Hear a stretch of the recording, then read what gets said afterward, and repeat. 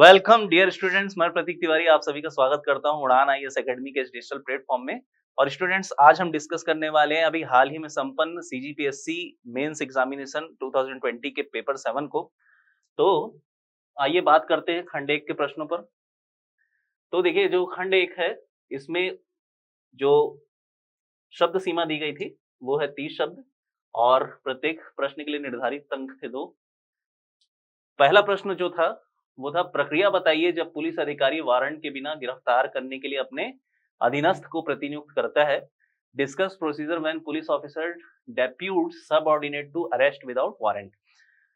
तो देखिए, क्या होता है कि जब हम अपराध शास्त्र में देखते हैं तो 2 प्रकार के अपराधों का वर्णन मिलता है हमें, संज्ञेय अपराध और दूसरा गैर संज्ञेय अपराध, cognizable offence and non cognizable offences. Cognizable offences वो ऑफेंसेस होते हैं जिनकी प्रकृति गंभीर किस्म की होती है, जैसे हत्या, डकैती, बलात्कार। तो या फिर ऐसी सजाएं जिनकी अवधि 7 वर्ष से अधिक होती है, उन्हें भी एक सीरियस क्राइम के अंतर्गत रखा जाता है। तो ऐसे सभी अपराध जो होते हैं, यदि वो कारित किए गए हैं या फिर कारित किए जाने की संभावना है, तो जो भी संबंधित व्यक्ति हैं उनके उनकी गिरफ्तारी के लिए फिर ये आवश्यक नहीं रहता कि उनकी गिरफ्तारी से पहले मजिस्ट्रेट से अनुमति ली जाए। और मजिस्ट्रेट से अनुमति नहीं लेने का मतलब है कि बिना वारंट के उन्हें गिरफ्तार किया जा सकता है। दूसरी तरफ नॉन कॉग्निजेबल ऑफेंस जो होते हैं वो गैर गंभीर किस्म के होते हैं और ऐसे अपराधों में गिरफ्तारी करने से पहले वारंट प्रोड्यूस करना पड़ता है, यानी कि मजिस्ट्रेट की अनुमति लेनी पड़ती है। ठीक है? तो यहाँ पर जो प्रक्रिया की बात हो रही है, प्रक्रिया जैसे आप जानते हैं कि दंड के जो प्रावधान है वो आईपीसी में है, इंडियन पैनल कोड 1860। और जो दंड देने की जो पूरी प्रक्रिया है उसका प्रावधान दिया होता है सीआरपीसी में। ठीक है, कोड ऑफ क्रिमिनल प्रोसीजर। ठीक है, सीआरपीसी 1973 इम्प्लीमेंटेड फ्रॉम 1974। तो सीआरपीसी में प्रक्रियाओं का वर्णन होता है। तो यहाँ पर जो प्रश्न दिया हुआ है, इसमें एक पुलिस अधिकारी है, वो अपने अधीनस्थ को, अपने सबऑर्डिनेट को वारंट के बिना गिरफ्तारी हेतु प्रतिनियुक्त कर रहा है। तो उसके लिए प्रक्रिया हमें बतानी है। तो देखिए, ये जो प्रक्रिया है ना, जिसमें एक जो सुपीरियर है वो अपने सबऑर्डिनेट को प्रतिनियुक्त कर रहा है बिना वारंट की गिरफ्तारी हेतु। तो सीआरपीसी में इसके संबंध में जो प्रक्रिया दी हुई है वो दी हुई है इसके चैप्टर नंबर 12 में, और संबंधित धारा जो है वो है धारा 55। ठीक है, धारा 55। तो सबसे पहली बात तो आप ये लिखेंगे इसमें कि भाई उक्त प्रक्रिया जो है, पहला देखिए 30 शब्दों में क्वेश्चन आपको अटेम्प्ट करना है, तो आपको पॉइंट वाइज लिखना है ना। आप 2 मार्क्स वाले जो क्वेश्चन है, 4 मार्क्स वाले क्वेश्चन है, 8 मार्क्स वाले भी क्वेश्चन इवन जो है, उसमें कोशिश करें कि आप पॉइंट वाइज आंसर लिखें। ठीक है, जैसा सीजीपीएससी में अभी टेंडेंसी देखी जा रही है कि पॉइंट वाइज यदि आप आंसर लिखते हैं, हेडिंग के साथ अगर आप आंसर लिखते हैं, तो काफी अच्छे नंबर अभी जो है प्रतिभागियों को मिल रहे हैं।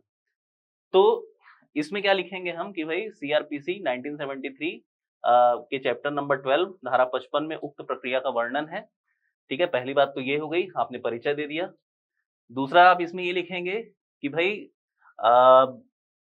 इसके अंतर्गत वरिष्ठ पुलिस अधिकारी इस निमित्त अपने अधीनस्थ को एक लिखित आदेश जारी करता है, और उस लिखित आदेश के अंतर्गत, लिखित आदेश जारी करता है सेकंड पॉइंट हो जाएगा।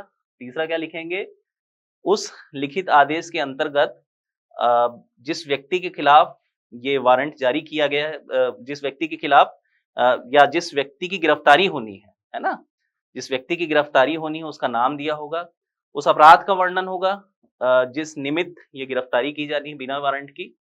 तो इस प्रकार से तीसरा पॉइंट ये हो जाएगा कि भाई सबसे पहला पॉइंट क्या हो गया, सीआरपीसी 1973 के चैप्टर 12 धारा 55 में उक्त प्रक्रिया का वर्णन है।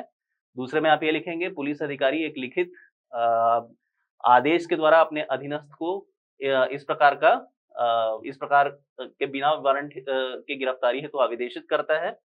तीसरा आप लिखेंगे, इस आदेश में उस व्यक्ति का नाम होता है और उसके अपराध का वर्णन होता है जिसके खिलाफ इस प्रकार की गिरफ्तारी की जानी है। तो ये 3 पॉइंट में आप अपने आंसर को भली-भांति तरीके से लिख सकते हैं। चलिए बात करते हैं दूसरे प्रश्न की। उपभोक्ता संरक्षण अधिनियम 2019 के अंतर्गत व्यक्ति को समझाइए। तो देखिए यहाँ पर परिभाषा की बात हो रही है, और जहां तक परिभाषाओं का प्रश्न है किसी भी अधिनियम में, तो परिभाषाएं किसी भी अधिनियम में जनरली दी होती हैं धारा 2 में। ठीक है, हमेशा जहां पर भी परिभाषा की बात आती है किसी भी अधिनियम में, जो अध्याय 1 होता है, अध्याय क्रमांक 1 और धारा 2, धारा का 2 का संबंध जो होता है वो उस अधिनियम के अंतर्गत आने वाले विभिन्न टर्मिनोलॉजीज की परिभाषाओं से संबंधित होता है। तो यहाँ पर भी आप पहला पॉइंट यही लिखेंगे कि उपभोक्ता संरक्षण अधिनियम 2019 की अध्याय 1 धारा 2 में व्यक्ति को परिभाषित किया गया है। इसमें फिर क्या है, व्यक्ति अर्थात, ठीक है, या फिर आप पहला ऐसा लिख सकते हैं अपना ओपनिंग स्टेटमेंट कि उपभोक्ता संरक्षण अधिनियम 2019 के अध्याय 1 धारा 2 के अंतर्गत व्यक्ति को निम्न रूप में परिभाषित किया गया है। ठीक है, तो व्यक्ति के अंतर्गत क्या होगा, कोई भी निजी व्यक्ति, ठीक है, प्राइवेट पर्सन, या फिर कोई कोऑपरेशन या सहकारी संस्था।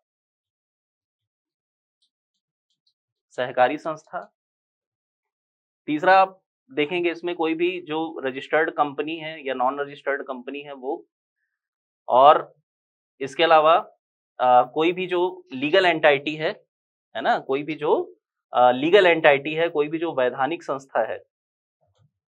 संस्था, ठीक है, जिसे काल्पनिक जीवित व्यक्ति माना जाता है, जिसे निगम इत्यादि का दर्जा दिया जाता है ना, तो ऐसी संस्थाओं को ये मान लिया जाता है कि भाई उनकी एक हाइपोथेटिकल जीवित एंटाइटी है। तो ऐसी सभी संस्थाएं जो है ना, उसको व्यक्ति के अंतर्गत रखा जाता है यदि वे किसी भी वस्तु या सेवा का, है ना, अंतिम रूप से उपभोग करते हैं। तो इस प्रकार से आप जो है अधिनियम के अनुसार इस प्रकार से व्यक्ति को परिभाषित कर सकते हैं।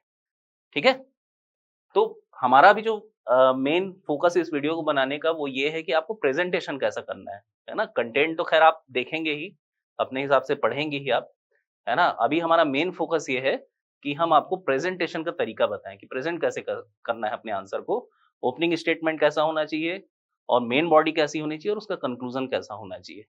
ठीक है, चलिए, तो ये दूसरा प्रश्न हो गया। चलिए आगे चलते हैं। अब देखिए तीसरा प्रश्न है, छत्तीसगढ़ सरकार द्वारा किसानों के लिए चलाई जाने वाली 4 प्रमुख योजनाओं को लिखिए। Right 4 important schemes run by Chhattisgarh government for the farmers. ठीक है, तो यहाँ पर क्या है, 30 शब्दों का प्रश्न है ये, 4 योजनाएं आपको लिखनी है। तो देखिए यहाँ पर आपको पूरा डिटेल में नहीं जाना है ना। आप केवल क्या करेंगे, 4 योजनाओं के नाम लिखेंगे 1 2 3 4 करके। ठीक है, जैसे क्या है आपका गोधन न्याय योजना, ठीक है, और इसके अलावा वृक्षारोपण प्रोत्साहन योजना। इस प्रकार से 4 योजनाओं के नाम लिखेंगे, और साथ में क्या है, जो उनके आरंभ की तिथि थी वो आप लिख देंगे यदि आपको याद है तो, है ना। अगर एक का याद है, ठीक है, तो एक का लिख दें, 2 का याद है तो 2 का लिख दें। अगर टेंटेटिव थोड़ा सा याद है कि भाई 20 21 में स्टार्ट हुआ था तो वो आप लिख सकते हैं, है ना। और साथ में छोटा सा अगर चाहें तो यहाँ पर उद्देश्य 1-2 लाइन में आप लिख सकते हैं कि भाई उसका उद्देश्य ये है। जैसे गोधन न्याय योजना का क्या है भाई, कि भाई इसमें क्या है, जो लाइव स्टॉक है या जो पशुपालन है, जो कि कृषि के संगत किया जाने वाला एक कृषि कर्म ही है, तो उसकी उपयोगिता बढ़ाने के लिए, है ना। और जैसे वृक्षारोपण प्रोत्साहन योजना है ना, हरियाली प्रसार योजना है। तो इस प्रकार से विभिन्न योजनाओं के नाम और छोटा सा 1-2 लाइन में उसका सारगर्भित उद्देश्य यदि आप लिख लेते हैं तो बहुत अच्छे नंबर जो है आपको इसमें मिल जाएंगे, है ना। ज्यादा इलोबरेट आपको नहीं करना है। छत्तीसगढ़ सरकार द्वारा चलाई जा रही मुख्यमंत्री चिराग योजना के बारे में बताइए। ठीक है, तो इसमें क्या करना है आपको, सबसे पहले तो जो चिराग है उसका फुल फॉर्म लिखना है आपको, चिराग। ठीक है, तो इसमें डैश करके आप लिख देंगे छत्तीसगढ़, ठीक है, CH छत्तीसगढ़, इंक्लूसिव, ठीक है, इंक्लूसिव मतलब समावेशी, inclusive rural and accelerated agriculture growth. ठीक है, Chhattisgarh inclusive rural and accelerated agriculture growth. तो ये चिराग का फुल फॉर्म है। तो आप सबसे पहला तो ये लिख लेंगे कि चिराग परियोजना जो है ना, चिराग के बगल में आप पूरा उसका इलोबरेटेड फॉर्म लिख देंगे। उसके बाद आप लिखेंगे कि भाई ये 24 नवंबर है ना शुभारंभ तिथि। ठीक है, यहाँ पर लिख देंगे शुभारंभ तिथि। ठीक है, बिल्कुल कट टू कट आप हेडिंग वाइज लिखेंगे तो ज्यादा इफेक्ट पड़ेगा इसका। शुभारंभ 24 नवंबर 2021 से। ठीक है, कहाँ से सहायता इसको मिली है, तो आप सहायता बता देंगे इसमें कि भाई वर्ल्ड बैंक से सहायता प्राप्त है ये। ठीक है, वर्ल्ड बैंक से सहायता प्राप्त है। लगभग 1700 करोड़ रुपए का कुछ फंड वर्ल्ड बैंक की तरफ से आया था, तो लगभग के टर्म्स में आप लिख सकते हैं। ठीक है, इसके अलावा international food and agriculture development है ना, IFAD, ये भी एक वैश्विक संस्था है, उसके द्वारा भी एक मदद यहाँ पर मिली है लगभग 486-87 करोड़ की। और इसके अलावा इस बार का जो बजट था उसमें छत्तीसगढ़ सरकार की तरफ से 200 करोड़ रुपए जो है आपका अलॉट किया गया है इस पर्टिकुलर परियोजना के लिए। तो ये सहायता आप लिख देंगे कि भाई कौन कौन सी एजेंसीज इसमें इन्वॉल्व है। और तीसरी बात फिर आप लिख देंगे जो सबसे महत्वपूर्ण बात है, उद्देश्य। ठीक है, उद्देश्य बता दीजिए। उद्देश्य क्या है, देखिए नाम में ही स्पष्ट हो रहा है, इंक्लूसिव ग्रोथ करना है। इंक्लूसिव ग्रोथ मतलब ग्रामीण क्षेत्रों का पूरी तरह से जो ग्रामीण जन होते हैं उनका पूरा विकास करना। इसके अलावा रूरल डेवलपमेंट है, इसलिए ग्रामीण बोल रहे हैं। इंक्लूसिव रूरल ग्रोथ तो ग्रामीण क्षेत्रों का सर्वसमावेशी विकास सुनिश्चित करना। और इसमें जो सबसे महत्वपूर्ण बात है वो ये है कि भाई जलवायु बहुत तेजी से बदल रही है, तो बदलती हुई जलवायु के अकॉर्डिंग कृषि को भी हमको उसके हिसाब से परिवर्तित करना पड़ेगा, कृषि के तौर तरीकों को बदलना पड़ेगा। तो उसको भी एक तरीके से इस योजना के तहत फैसिलिटेट किया जा रहा है। इसके तहत ये कोशिश की जा रही है कि जो ग्रामीण जन है उनको पौष्टिक आहार सुनिश्चित हो सके, ताकि जो कुपोषण की समस्या है, एक कुपोषण की लंबी समय तक समस्या बनी रही है छत्तीसगढ़ में, तो उससे निजात पाया जा सके। और इसके साथ में जो ग्रामीण हैं उनकी आमदनी बढ़े और जो गाँवों का ओवरऑल क्या है इकोनॉमिक डेवलपमेंट हो सके। ठीक है, तो ये सुनिश्चित करना चिराग परियोजना का मुख्य रूप से उद्देश्य है। तो आप इसे तीसरे पॉइंट के रूप में है ना उद्देश्य आप पूरा लिख देंगे। ठीक है, और साथ में किन किन जिलों में ये इम्प्लीमेंटेड है उसके बारे में लिख लेंगे। जैसे पूरा सरगुजा संभाग इसके अंतर्गत आता है, और पूरा बस्तर संभाग के 7 जिले, और साथ में आपका जो मुंगेली है और बलौदाबाजार। ठीक है, तो इस प्रकार से आप देख सकते हैं 7, 5, 12 और 2, 14 जिलों को इसके अंतर्गत शामिल किया गया है। तो इस प्रकार से आप इस क्वेश्चन को अटेम्प्ट कर सकते हैं। क्लियर कट आपको लिखना है, हेडिंग डाल के आपको लिखना है और वही बातें लिखनी है जो इस योजना से रिलेवेंट है। चलिए, तो ये है आपका चौथा क्वेश्चन। पांचवा क्वेश्चन, अनुसूचित जाति एवं अनुसूचित जनजाति अत्याचार निवारण अधिनियम 1989 के अंतर्गत सामाजिक बहिष्कार क्या है। अगेन परिभाषा की बात हो रही है कि भाई सामाजिक बहिष्कार की परिभाषा यहाँ पर आपको बतानी है ना। तो अगेन यहाँ पर आप क्या लिखोगे कि जो अनुसूचित जाति एवं अनुसूचित जनजाति अत्याचार निवारण अधिनियम 1989 के अध्याय 1 और धारा 2 में इसे परिभाषित किया गया है, जिसके अनुसार सामाजिक बहिष्कार का अर्थ होगा कि किसी भी व्यक्ति को ऐसी सर्विसेज या ऐसी सेवाएं देने से मना करना जो कि अन्य के लिए उपलब्ध हैं, या फिर क्या करना किसी भी व्यक्ति को, मतलब इस वर्ग से ताल्लुकात रखने वाले किसी भी व्यक्ति को उस प्रकार का मान सम्मान नहीं देना समाज में जैसा कि दूसरों को लब्ध है, दूसरों को हासिल है। तो ये सामाजिक बहिष्कार की परिभाषा है।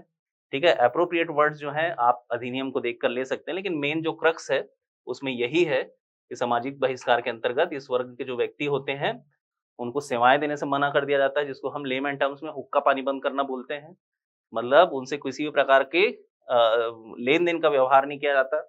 और दूसरा क्या है कि उन्हें वो मान सम्मान या वो तरजीह समाज में नहीं दी जाती है जैसा कि दूसरों को प्राप्त होता है, तो इसे ही कहा जाता है सामाजिक बहिष्कार। ठीक है, तो इस तरीके से जो 5वां क्वेश्चन है उसको हमने देख लिया। पर्यावरण संरक्षण अधिनियम 1986 के संदर्भ में पर्यावरण को परिभाषित कीजिए। अगेन परिभाषा की बात है ना? तो कम से कम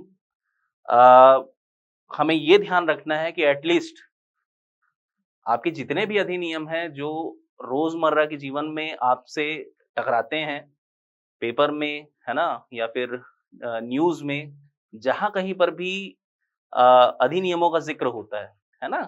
जहाँ पर भी वैसे जो अधिनियम जो है चर्चा में जो बने रहते हैं, उनका एटलीस्ट आपको परिभाषा देखकर ही जाना है, इससे ये सिद्ध हो जाता है क्योंकि परिभाषाओं पर काफ़ी प्रश्न पूछे गए हैं, है ना? चलिए, तो यहाँ पर भी क्या है देखिए, पर्यावरण संरक्षण अधिनियम के संदर्भ में पर्यावरण को परिभाषित कीजिए। तो पर्यावरण जो है अगेन यहाँ पर क्या होगा, अध्याय 1 धारा 2, ठीक? कम से कम आधा नंबर तो आपका फिक्स हो गया, आधा नंबर तो आपको मिल ही जाएगा इसमें, 0.5 मार्क्स, ठीक है? चलिए, ये लिखते ही है ना? अब बात करते हैं पर्यावरण है क्या? तो पर्यावरण का जो परिभाषा दी गई है इसमें, वो ये है कि भाई पर्यावरण के अंतर्गत, है ना, 3 घटक आते हैं, जल, वायु और भूमि, ठीक है? जल, वायु, भूमि ये आएंगे, पहली बात तो ये है। दूसरी बात ये है कि भाई अब देखिए भूमि में कौन-कौन रहते हैं? मानव रहता है और अन्य जीव रहते हैं, है ना? अन्य जीव जो है उसका संबंध जल से भी है। इसके अलावा क्या है? पादप जगत है और भूमि में क्या रहता है? संपत्ति, ठीक है? और वायु में क्या रह सकता है? सूक्ष्म जीव, ठीक है? हालांकि भूमि, वायु, जल तीनों में रहते हैं सूक्ष्म जीव, लेकिन अगर स्पेसिफिकली देखें तो वायु में क्या हो सकते हैं? सूक्ष्म जीव हो सकते हैं। तो पर्यावरण की परिभाषा क्या है? जल, वायु और भूमि ही पर्यावरण है और उसमें शामिल मानव, जीव, पादप, संपत्ति, सूक्ष्म जीव इत्यादि के अंतर संबंधों को ही पर्यावरण कहा जाता है ना? तो इस प्रकार से इसको परिभाषित किया गया है। 1 लाइन 2 लाइन की परिभाषा है और बस आपको वही लिखना है ना? समझ के देखिए परिभाषाओं को याद नहीं करना पड़ता है। आप थोड़ा-सा अगर दिमाग लगाएँगे तो परिभाषाएँ जो होती हैं ऑटोमेटिकली आप याद हो जाती हैं। जैसे जल, वायु और भूमि, और मैंने बता दिया कि भाई इसमें कौन-कौन से एलिमेंट हो सकते हैं। जल, वायु, भूमि है और भूमि में क्या-क्या पाया जाएगा? मानव, जीव, पादप, संपत्ति, है ना? वैसे जल में क्या पाए जाएँगे? जीव पाए जाएँगे, जलीय जीव, पादप पाया जाएगा, सूक्ष्म जीव पाए जाएँगे। वायु में क्या होगा? सूक्ष्म जीव। तो इन सब का अंतर संबंध जो है वही पर्यावरण है, ठीक है? तो इस प्रकार से आप इस क्वेश्चन को डील कर सकते हैं। चलिए आगे चलते हैं। अगला प्रश्न है सिविल अधिकार संरक्षण अधिनियम 1955 के 4 मुख्य उद्देश्य बताइए। तो सिविल अधिकार संरक्षण अधिनियम 1955 में आया था ये और बाद में फिर इसमें संशोधन हुआ था 1976 में इलाया पेरुमल समिति की अनुशंसा के आधार पर। और सिविल अधिकार का मतलब क्या होता है? संविधान प्रदत्त समाज में रहने का जो अधिकार आपको मिला हुआ है मान सम्मान के साथ, प्रतिष्ठा के साथ, वो सारे अधिकार कहलाते हैं सिविल अधिकार, ठीक है? सिविल अधिकार, इसका पहले जो डेफिनेशन था वो थोड़ा-सा नैरो डाउन था। पहले इसको बोला जाता था अस्पृश्यता निवारण अधिनियम। बाद में फिर क्या किया गया, इसकी परिभाषा को थोड़ा ब्रॉड करते हुए समस्त सिविल अधिकारों को इसके अंतर्गत शामिल कर दिया गया, है ना? तो सिविल अधिकार संरक्षण अधिनियम मेनली टारगेट करता है आपके article number 17 of the constitution, जिसमें अनटचेबिलिटी को किसी भी रूप में प्रैक्टिस करने को प्रोहिबिट किया गया है। अस्पृश्यता का व्यवहार किसी भी रूप में वर्जित किया गया है संविधान के अनुच्छेद 17 के द्वारा, ठीक है? लेकिन क्या हुआ था, संविधान लागू होने के बाद भी कई वर्षों तक अस्पृश्यता संबंधी व्यवहार होते रहे, समाज की ये एक बुराई बना रहा और उसी के मद्देनजर फिर 1955 में अस्पृश्यता निवारण अधिनियम लाया गया और बाद में फिर क्या कर दिया गया, इसके डेफिनेशन को ब्रॉड करते हुए सिविल अधिकार नाम दे दिया गया, ठीक है? तो इसका प्री बैकग्राउंड है ये। तो आप इसमें आपसे उद्देश्य पूछा है तो सीधा आप उद्देश्य की बात करेंगे, है ना? सिविल अधिकार संरक्षण अधिनियम के निम्नलिखित उद्देश्य हैं, ठीक है? पहला उद्देश्य आप लिख देंगे कि भाई समाज में समानता लाना, प्रतिष्ठा दिलाना। दूसरा क्या? संविधान के अनुच्छेद 17 में निहित अस्पृश्यता निवारण अधिनियम का प्रभावी क्रियान्वयन। तीसरा आप लिख देंगे कि भाई जो क्या है समाज में, ठीक है, घुमा फिरा मतलब वही चीजें लिखनी है आपको, छुआछूत की भावना का निषेध करना, है ना, लैंगिक विभेद का निषेध करना, ठीक है। इसके अलावा अस्पृश्यता संबंधी जो भी निर्हरताएं लागू की जाती, निर्योग्यताएं लागू की जाती हैं, उनके संबंध में सजा के कड़े प्रावधान करना, ठीक है, राज्य सरकारों को निर्देश देना। इस प्रकार से आप क्या कर सकते हैं, इन्हीं बातों को इलेबोरेट कर सकते हैं जो मैंने आपको थोड़ी देर पहले आपको बताया है, ठीक है। उसी को इलेबोरेट करके अपने शब्दों में आप 4 अच्छे उद्देश्य लिख सकते हैं, ठीक है।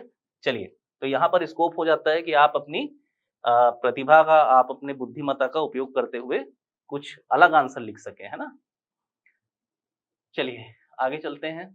किस प्रकार छत्तीसगढ़ में नए जिलों का गठन निवासियों के उत्थान एवं विकास में मददगार है, ठीक है। तो देखिए क्या है कि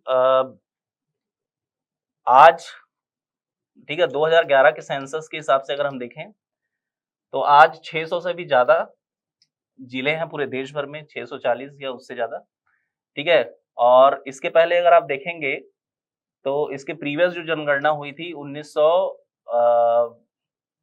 आपका 91 में, ठीक है, उस समय कुछ 400 जिले थे, है ना। और एक जिले का क्षेत्रफल हुआ करता था लगभग 7,000 किलोमीटर स्क्वायर, ठीक है। और अभी जो जिलों का औसत क्षेत्रफल है वो लगभग 4,600 किलोमीटर स्क्वायर के अराउंड है।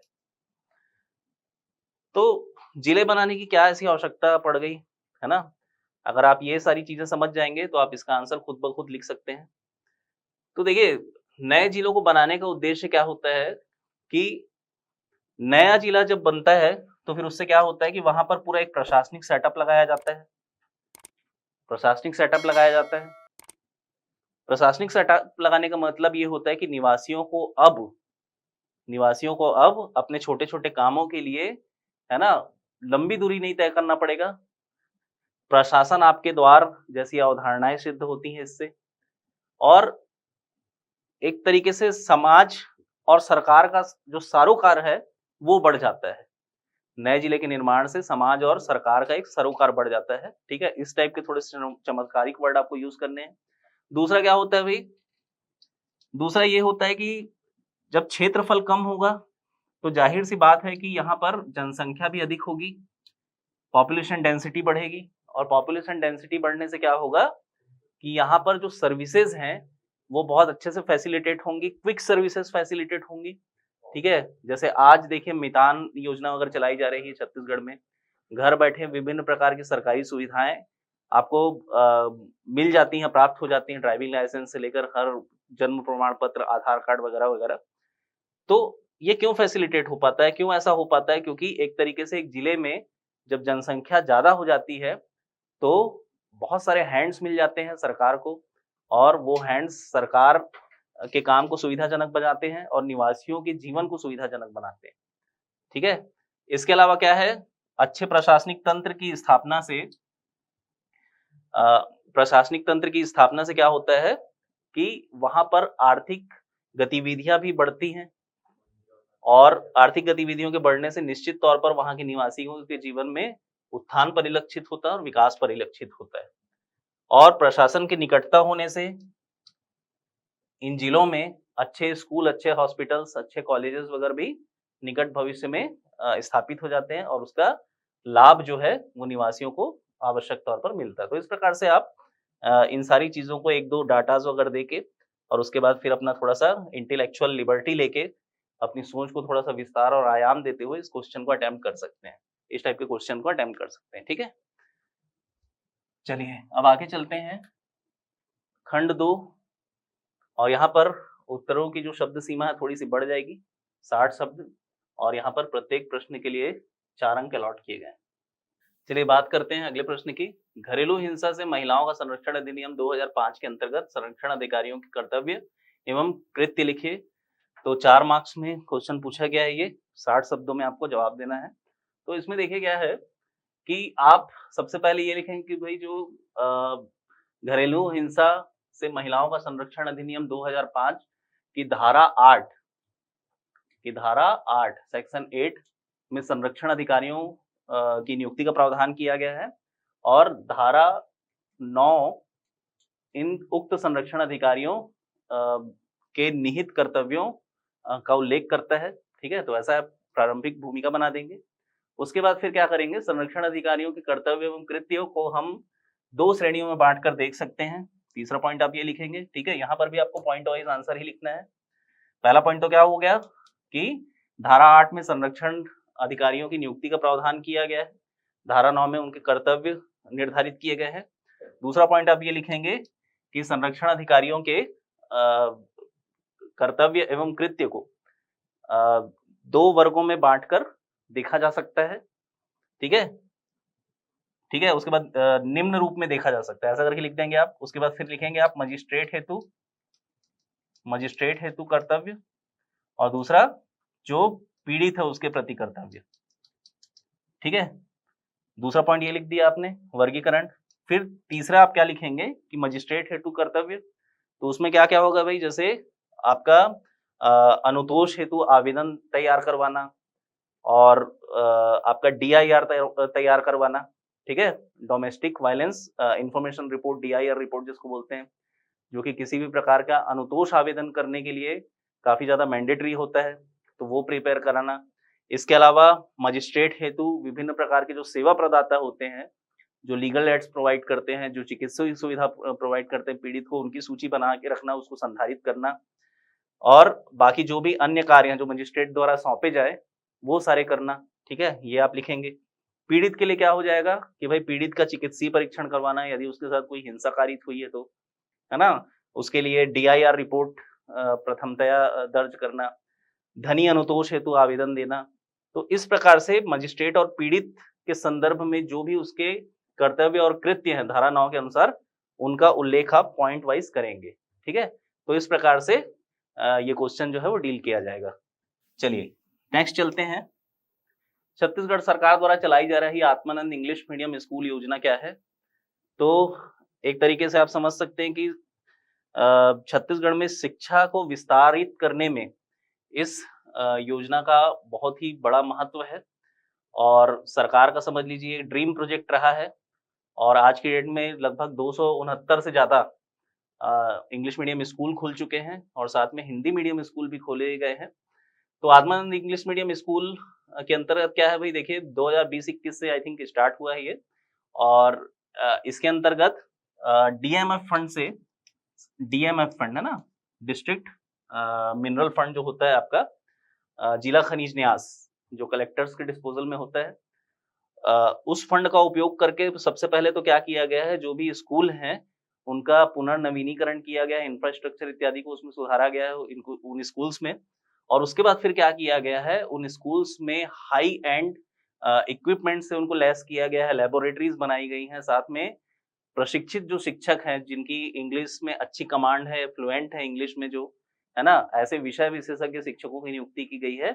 और इसमें यह है कि जो 8वीं तक के बच्चे हैं, है ना, उनको मुफ्त एजुकेशन मिल रहा है, और 8वीं से 12वीं तक के जो बच्चे हैं, 9वीं 10वीं 11वीं 12वीं के जो बच्चे हैं, उनकी बहुत ही मिनिमम फीस में गुणवत्तापूर्वक शिक्षा उनको प्रोवाइड की जा रही है। तो ये सारी बातें आत्मानंद इंग्लिश मीडियम स्कूल के संदर्भ में आपको लिखनी है, और इसको भी आप लिखेंगे पॉइंट के रूप में, पॉइंट वाइज आपको लिखना है इसे। ठीक है, चलिए बात करते हैं अगले प्रश्न की। भू राजस्व संहिता 1959 के अंतर्गत बकायादार की किन संपत्तियों की कुर्की एवं बिक्री नहीं हो सकती है? तो देखिए लैंड रेवेन्यू कोड 1959 की आपको थारो अंडरस्टैंडिंग की जरूरत होगी, क्योंकि इन फ्यूचर आपके प्रोफेशन में भी इन्हीं धाराओं से आपको सरोकार होना है, इन्हीं धाराओं में निहित शक्तियों का आप प्रयोग करेंगे जब आप SDM बन जाएंगे।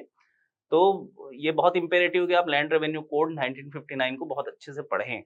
ठीक है, तो इसमें देखिए क्या है, भू राजस्व संहिता में जो बकायादार होता है उसको कुछ प्रोटेक्शंस दिए गए हैं, और वो दिए गए हैं धारा 147 में, धारा 147। ठीक है, इस धारा का उल्लेख करते ही आधी बाजी आप जीत जाओगे, 2 मार्क्स तो एग्जामिनर आपको दे देगा। ठीक है, तो इसके लिए बहुत जरूरी होगा कि भाई ये जो लैंड रेवेन्यू कोड है उसको आप कम से कम उसकी धाराओं को आप अच्छे से याद रखें, शब्दशः नहीं तो कम से कम एक आइडिया रखें।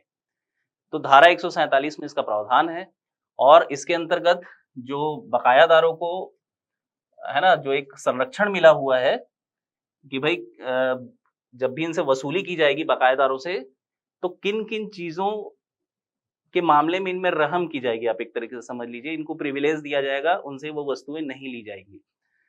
तो देखिए इसमें क्या है, मेनली 4 चीजें आती हैं। पहला तो ये है कि भाई उनका जो भी घर होगा, जहाँ वो रहते होंगे, और घर से संलग्न जो भूमि होगी, जो उनके रिहायशी के लिए बहुत ज़रूरी है, रिहाइश के लिए बहुत ज़रूरी है, तो घर और संलग्न भूमि, है ना? ये छोड़ दिया जाएगा बकायेदार से, मतलब बकायेदार से ये चीज़ नहीं छीनी जाएगी।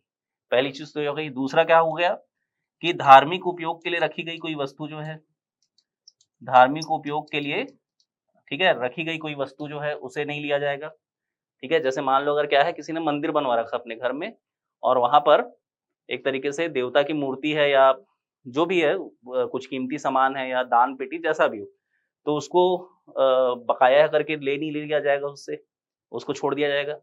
तीसरा ये है कि भाई उसकी जो पत्नी है, बच्चे हैं, उसके कपड़े हो गए, है ना? गहने हो गए, कपड़े लत्ते, गहने, इसके अलावा बर्तन, ठीक है? ये टाइप की जो चीज़ें होंगी, है ना? जो उनके रोज़मर्रा के जीवन से जुड़े हुए कपड़े हैं, बर्तन हैं, गहने हैं, या जैसे पत्नी है तो भाई उसकी जो धर्म के अनुसार उसके लिए धारण करना ज़रूरी है, ऐसे आभूषण जैसे मंगलसूत्र इत्यादि, वो उससे नहीं लिए जाएँगे, ठीक है? उसको छोड़ दिया जाएगा। और चौथा जो है इसमें कि भई अगर जो व्यक्ति है, उसके पास उसके पेशे से जुड़ा हुआ जो भी यंत्र होगा, अगर वो मशीनीकृत नहीं है, अगर मैकेनाइज़्ड है तो उसको छीना जा सकता है, उसको कुर्क किया जा सकता है, अटैच किया जा सकता है, उसको नीलाम किया जा सकता है, जब्ती किया जा सकता है। लेकिन अगर कोई ऐसा यंत्र है जो मानव चालित है, नॉन मैकेनाइज़्ड है, ठीक है? मानव चालित हो या कोई ऐसा पशु हो, ठीक है? फसलों की कोई बीज हो, ठीक है? इस टाइप की चीज़ें जो तहसीलदार की राय में, है ना? यहाँ पर तहसीलदार का रोल आता है कि तहसीलदार अगर अप्रूव करे कि भाई ये जितनी भी चीज़ें हैं, है ना? वो उसके पेशे से जुड़ी हुई चीज़ें हैं, कारीगरी से जुड़ी हुई चीज़ें हैं, है ना? उसके रोज़ी-रोटी से जुड़ी हुई चीज़ें हैं, तो फिर उन चीज़ों को जब्त नहीं किया जाएगा, उनकी कुर्की नहीं की जाएगी, बकायादार से बकाया राजस्व की वसूली करते वक़्त। तो ये बातें आपको अच्छे शब्दों में पॉइंट वाइज़ ही लिखना है आपको, है ना? पॉइंट को पकड़ के ही चलना है आपको, याद रखिएगा, ठीक है? तो पॉइंट वाइज़ यहाँ पर आप इस क्वेश्चन को इस प्रकार से अटेम्प्ट करेंगे। आगे है छत्तीसगढ़ भाड़ा नियंत्रण अधिनियम 2011 में उल्लेखित किराएदार को प्राप्त अधिकार बताइए, ठीक है? तो देखिए क्या है कि छत्तीसगढ़ भाड़ा नियंत्रण अधिनियम 2011 का जो अनुसूची 1 है, अनुसूची 1 है ना? शेड्यूल 1, अनुसूची 1, ये बात करता है किराएदार को प्राप्त अधिकारों की, और अनुसूची 2 में वर्णन है मकान मालिक के अधिकारों की, ठीक है? तो पहली बात तो आप इसमें ये लिखेंगे कि भाई छत्तीसगढ़ भाड़ा नियंत्रण अधिनियम 2000 की 11 की जो अनुसूची क्रमांक 1 है, उसमें किराएदार को प्राप्त अधिकारों का वर्णन है जो कि निम्नवत है ना? पहला ओपनिंग स्टेटमेंट तो ये रहेगा आपका। अब उसके बाद लाइन्स उसमें लिख देंगे भाई। तो आप इसमें एक कॉमन सेंस के हिसाब से भी लिख सकते हैं। मान लो आपको अनुसूची 1-2 ऐसा याद नहीं है, सपोज़, है ना? तो एक जनरल अंडरस्टैंडिंग से भी इस क्वेश्चन को अटेम्प्ट किया जा सकता है कि भाई मान लो अगर आप कहीं पर किराएदार बन के गए हो, तो क्या-क्या चीज़ आपको चाहिए होगी, है ना? किस-किस चीज़ की आप अपेक्षा करेंगे मकान मालिक से? तो अपेक्षा आप ये करेंगे कि भाई जो भी मकान आपने किराए पे लिया है वो अप टू डेट हो, है ना? जिस फैसिलिटी को प्रोवाइड करने का आपको वादा किया गया था वो वैसा ही हो बिल्कुल, है ना? दूसरा चीज़ क्या है कि भाई जो भी आप रेंट दे रहे हैं यहाँ पर, जो भी आप डिपॉज़िट कर रहे हैं, कम से कम उसका रेसिप्ट आपको दिया जाए, है ना? ये है। तीसरा ये है कि भाई जो भी आप एग्रीमेंट करेंगे, 11 मंथ का एग्रीमेंट होता है, तो 11 मंथ का जो भी एग्रीमेंट आप करेंगे मकान मालिक के साथ, है ना? उस एग्रीमेंट की एक कॉपी आपको भी दी जाए, ठीक है? ये है। नेक्स्ट क्या है कि भाई अचानक से आपको रूम खाली करने से ना बोला जाए, आकस्मिक तौर पे, मतलब तत्काल रूम खाली करो, इस टाइप का कोई फरमान ना सुना दिया जाए। तो ये जो सारी बातें हैं वही दी हुई है किराएदार के अधिकार के रूप में, है ना? कि भाई कोई भी जो किराएदार है वो मकान मालिक की तरफ से फ़ोर्जरी का शिकार नहीं होना चाहिए। तो एक किराएदार के रूप में जो भी अपने मकान मालिक से आप अपेक्षा रखते हैं, उन सारी चीज़ों का वर्णन आप यहाँ पर करेंगे। पेपर 7 के जो क्वेश्चन्स होते हैं, उनकी प्रकृति थोड़ी-सी जनरलाइज़्ड होती है, ठीक है? थोड़ा-सा ध्यान रखिएगा। जैसे पार्ट 1 अभी डील कर रहे हैं हम, इसमें तो चलो ठीक ठीक है, थोड़ा-सा स्पेसिफिक मामला है। लेकिन बाकी के जो पार्ट्स हैं ना, जैसे पार्ट 3 शिक्षा वाला जो है, उसमें काफ़ी स्कोप रहता है कि आप अपने मन से कुछ लिख सकें, अपनी जनरल अंडरस्टैंडिंग से कुछ आप लिख सकें। जैसे यही क्वेश्चन है ये अधिनियम से संबंधित, लेकिन आप एक जनरल अंडरस्टैंडिंग जैसे मैंने आपको बताया, उसके बेसिस पे आप इस क्वेश्चन को अटेम्प्ट कर सकते हैं और गिरी से गिरी हालत में आप, है ना, 3 मार्क्स जो है इसमें प्राप्त कर सकते हैं और ज़्यादा ही तो 2.5 मार्क्स तो आपको मिल ही जाएँगे। ठीक है? और अगर आपने थोड़ा-सा अनुसूची का वर्णन कर दिया, तो फिर तो और भी मतलब समझ लीजिए सोने पे सुहागा वाली बात है ना? थोड़े से ज़्यादा मार्क्स मिल जाएँगे। चलिए, तो इस प्रकार से ये क्वेश्चन अटेम्प्ट होगा। नेक्स्ट है छत्तीसगढ़ निजी नियोजन अभिकरण विनियमन अधिनियम 2013 के अंतर्गत निजी नियोजन अभिकरणों के कृत्य एवं दायित्व लिखिए। ठीक है? तो देखिए क्या है, right functions and duties of private placement agencies. ठीक है? प्राइवेट प्लेसमेंट एजेंसीज का भी बहुत रोल है और शासन अपने बहुत सारे कार्यों में इन प्राइवेट प्लेसमेंट एजेंसीज को डिप्लॉय कर रही है। ठीक है? और जनरली ये क्या करते हैं कि सरकार को मानव संसाधन प्रोवाइड करवाते हैं, है ना? सरकार को हैंड्स प्रोवाइड करवाते हैं प्राइवेट प्लेसमेंट एजेंसीज। ठीक है? इसके अलावा ये जो प्राइवेट प्लेसमेंट एजेंसीज वो क्या करते हैं, सरकार के अलावा आप देखेंगे कि जो नॉर्मल हाउस होल्ड्स होते हैं, जो नॉर्मल लोग होते हैं, कॉमन मास जो होता है, उनको भी सर्विसेज प्रोवाइड करवाते हैं अपने ह्यूमन रिसोर्स के थ्रू, अपने मानव संसाधनों के थ्रू। तो इनके लिए क्या होगा भई, क्या-क्या कृत्य और दायित्व सुनिश्चित किए गए हैं? तो इनके कृत्य और दायित्व ये सुनिश्चित किए गए हैं कि भई जैसे कोई भी जो एम्प्लॉयी ये रखते हैं, कोई भी जो कामगार ये रखते हैं और यदि उनको किसी भी केस में बाहर आप भेज रहे हैं, खासकर किसी महिला को, तो उनको भेजे जाने से 7 दिवस के भीतर उन्हें कहाँ भेजा गया है, किसके यहाँ भेजा गया है, इस बात की जो जानकारी है वो सरकार को देंगे। ये प्रावधान किया गया है। ठीक है? दूसरा ये किया गया है कि जितने भी कामगार हैं इनके यहाँ, उनका ये रिकॉर्ड एडिक्वेट मेंटेन करके रखेंगे कि भई वो कहाँ से आए हैं, कहाँ से बिलॉन्ग करते हैं, उनकी उम्र क्या है ना? और उनका क्वालिफ़िकेशन क्या है, ये सारी बातें। तीसरी बात जो है वो ये है कि भई कोई भी जो महिला है ना? जो 18 वर्ष से कम उम्र की है, उसे वे इस तरीके से रोज़गार में नियुक्त नहीं कर सकते हैं। तो ये सारी बातें जो हैं ओवरऑल इन प्लेसमेंट एजेंसीज़ के संदर्भ में आती हैं। तो यही बातें आपको लिखनी है, 2-4 बातें हैं, है ना? 3-4 पॉइंट्स आप इसमें लिख सकते हैं। खंड 3 और यहाँ पर अब उत्तर की जो शब्द सीमा है, बढ़ गई है, 100 शब्द हो गया है और कुल अंक निर्धारित हैं 8 प्रत्येक क्वेश्चन के लिए। अब देखिए, इसमें है भ्रष्टाचार निवारण अधिनियम 1988 के अंतर्गत लोक सेवक को परिभाषित कीजिए। तो इसमें अब आपको थोड़ी-सी भूमिका के साथ लिखना पड़ेगा, बड़ा क्वेश्चन है, थोड़ा-सा रुक के आपको इसको खेलना होगा। ठीक है? तो भ्रष्टाचार निवारण अधिनियम के अंतर्गत लोक सेवक को परिभाषित कीजिए, सिर्फ परिभाषा देके आप आगे नहीं बढ़ सकते हैं। आप यहाँ पर जो भ्रष्टाचार निवारण अधिनियम है ना? इसके बारे में पहले 2-4 लाइन आप लिखेंगे कि भाई भ्रष्टाचार निवारण अधिनियम जो है ना? इसके पहले भी बहुत सारे कानून मौजूद थे, आईपीसी में विभिन्न प्रकार के प्रावधान किए गए थे, किंतु भारत में बढ़ते हुए भ्रष्टाचार पर अंकुश नहीं लग सका। तो ये सारा ओपनिंग स्टेटमेंट आप सबसे पहले देंगे भ्रष्टाचार निवारण अधिनियम के संदर्भ में, ठीक है? और उसके बाद फिर आप यहाँ पर जो लोक सेवक है उसको परिभाषित करेंगे, ठीक है? लोक सेवक को परिभाषित करना है आपको, ठीक है? और जहाँ तक परिभाषा का प्रश्न है, तो लोक सेवक की जो परिभाषा अगेन किसमें आएगी? अध्याय 1 धारा 2 में आएगी और लोक सेवक के अंतर्गत कौन होगा भई? हर वो व्यक्ति जो क्या करता है, शासन में नियोजित है या फिर किसी एम्प्लॉयर के अधीन कार्य करता है और अपने पदीय कर्तव्यों के लिए वेतन का आहरण करता है, तो वो किसके अंतर्गत आएगा? लोक सेवक के अंतर्गत आएगा, ठीक है? ऐसा सेवक जो लोगों की सेवा के निमित्त नियुक्त किया गया है और उसे अब उसके द्वारा निर्वहित किए गए पदीय दायित्वों के संदर्भ में वेतन प्रदाय किया जाता है, तो उनको लोक सेवक कहा जाता है, ठीक है? तो ये सारी बातें लिखेंगे। इसके अलावा 1-2 धाराओं का आप वर्णन कर देंगे भई, है ना? 8 मार्क्स का क्वेश्चन है, थोड़ा-सा आगे जाना पड़ेगा आपको, ठीक है? जैसे धारा 11 का थोड़ा-सा वर्णन आप कर देंगे, ठीक है? धारा 7 का आप वर्णन कर देंगे, तो एक दो धाराएं जो इनके लिए दंड निर्धारित किया गया है, वो सारी बातें जो है आप इसमें थोड़ा सा मेंशन करते हुए आगे चलेंगे और इस तरीके से इस क्वेश्चन को आप अटेम्प्ट करेंगे। ठीक है, तो इसके बारे में इस तरीके से आप इसको अटेम्प्ट कर सकते हैं। नेक्स्ट है सूचना प्रौद्योगिकी अधिनियम 2000 के अंतर्गत इलेक्ट्रॉनिक गवर्नेंस को बताइए। ई गवर्नेंस के बारे में आपको बताना है। अब यहाँ पर थोड़ा सा आपके लिए स्कोप आ गया इलेक्ट्रॉनिक गवर्नेंस के संदर्भ में लिखने के लिए।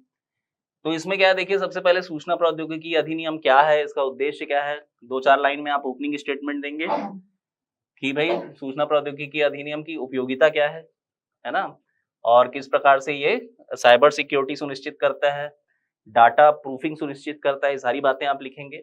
और उसके बाद फिर क्या है 1, 2, 3 के टर्म्स में आप क्या करेंगे, यहाँ पर इलेक्ट्रॉनिक गवर्नेंस जो भी आप देखते समझते हैं, जैसे आज ई गवर्नेंस हो रहा है वो भी इलेक्ट्रॉनिक गवर्नेंस का एक उदाहरण है।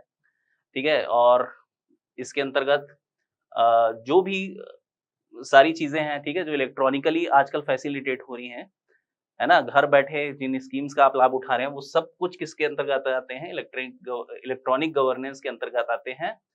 ठीक है, और इलेक्ट्रॉनिक गवर्नेंस में क्या है, आपका जैसे देखेंगे कि government to government, government to public, ठीक है, इस प्रकार से जो चैनल बना हुआ है उसके बारे में सारा जिक्र आप इसमें करेंगे इलेक्ट्रॉनिक गवर्नेंस के अंतर्गत। नेक्स्ट क्वेश्चन है भारतीय संविधान के अंतर्गत प्रदत्त महिलाओं एवं बच्चों के अधिकारों पर प्रकाश डालिए।